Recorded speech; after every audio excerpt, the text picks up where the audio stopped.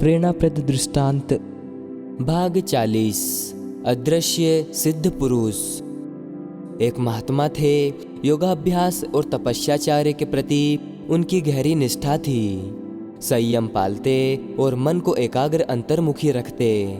जैसे गुण, कर्म और स्वभाव की दृष्टि से एक संत को जैसा होना था वैसे ही थे। 24 वर्ष की अवधि पूरी हुई। महामंत्र के अनुष्ठान पूरे हुए। साधना सिद्धि के निकट पहुंच गई। रात्रि को गणेश जी ने दर्शन दिए। कहा, तुम्हारी साधना सफल हो गई। देवाधिदेव शिव जी बहुत प्रसन्न हैं। उन्होंने मुझे भेजा है और पूछा है जो अभिष्ट हो वरदान मांगे।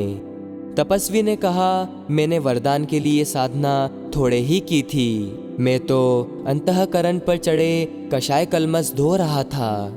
परमात्मा के दर्शन कर सकूं सो वह स्थिति जब आ जाएगी समझूंगा वरदान मिल गया।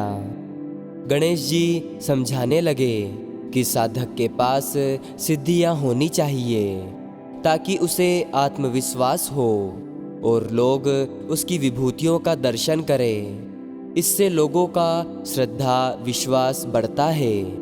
साथ ही कई उपकार भी बन पड़ते हैं। सो आप सिद्धियों के वरदान मांग लें। देवाधिदेव इससे अप्रसन्न नहीं होंगे। तपस्वी ने अत्यंत नम्रता पूर्वक कहा, इससे मेरा अहंकार बढ़ेगा। अनेकों प्रशंसा करेंगे। कई प्रत्युपकार भी देना चाहेंगे। देवाधिदेव के स्थान पर मेरी पूजा प्रशंसा होने लगेगी। इससे लक्ष्य तक पहुंचने में भटकाव पैदा होगा। गणेश जी निरुत्तर हो गए। संत का कथन आदर्शों से भरा पूरा था। इतने ऊंचे साधक से पहले उनकी भेंट नहीं हुई थी।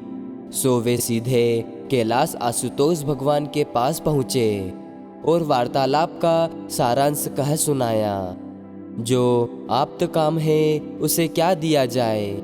अब की बार शंकर भगवान स्वयं चल पड़े और बोले, इसमें दाता की अवज्ञा होती है। साधना से सिद्धि का सिद्धांत कटता है। तुम अपने लिए ना सही लोकहित के लिए ही सही कुछ तो मांग ही लो। हमें देते हुए प्रसन्नता होगी। साधक बहुत देर विचार करता रहा।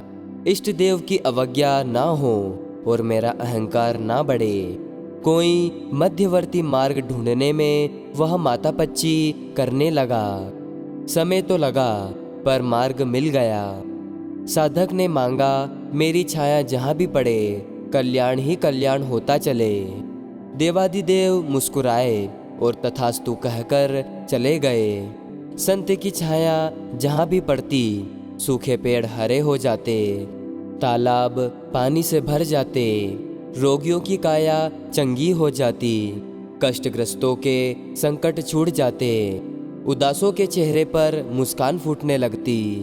यह सब होता रहता पर संत की दृष्टि आगे ही रहती। वे मुड़कर पीछे की ओर ना देखते और उनकी वजह से किसी का कुछ भला हुआ है या नहीं यह भी ना देखते। जिनका कल्याण होता वे जिस से पूछताछ करते कि वह देवता कौन है, वह सिद्ध पुरुष कहाँ है, जिसके अनुग्रह से हमारा इतना कल्याण हुआ। उसके लिए कृतज्ञता तो व्यक्त कर दें। कोई दूसरा पूछे तो उसे उस देवात्मा का अता पता तो बता दें। पता किसका बताया जाता।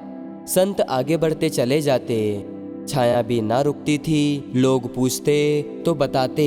संध्या तक छाया के सहारे चलेंगे। सिद्धि व छाया हमेशा उनके साथ बनी रही। लोकेशना से विरक्ति होना ही महामानव की विशेषता है। वे अपने साथ अनेकों को पार लगा देते हैं पर उद्घोष नहीं करते फिरते, ना बाजीगरी ही दिखाते हैं।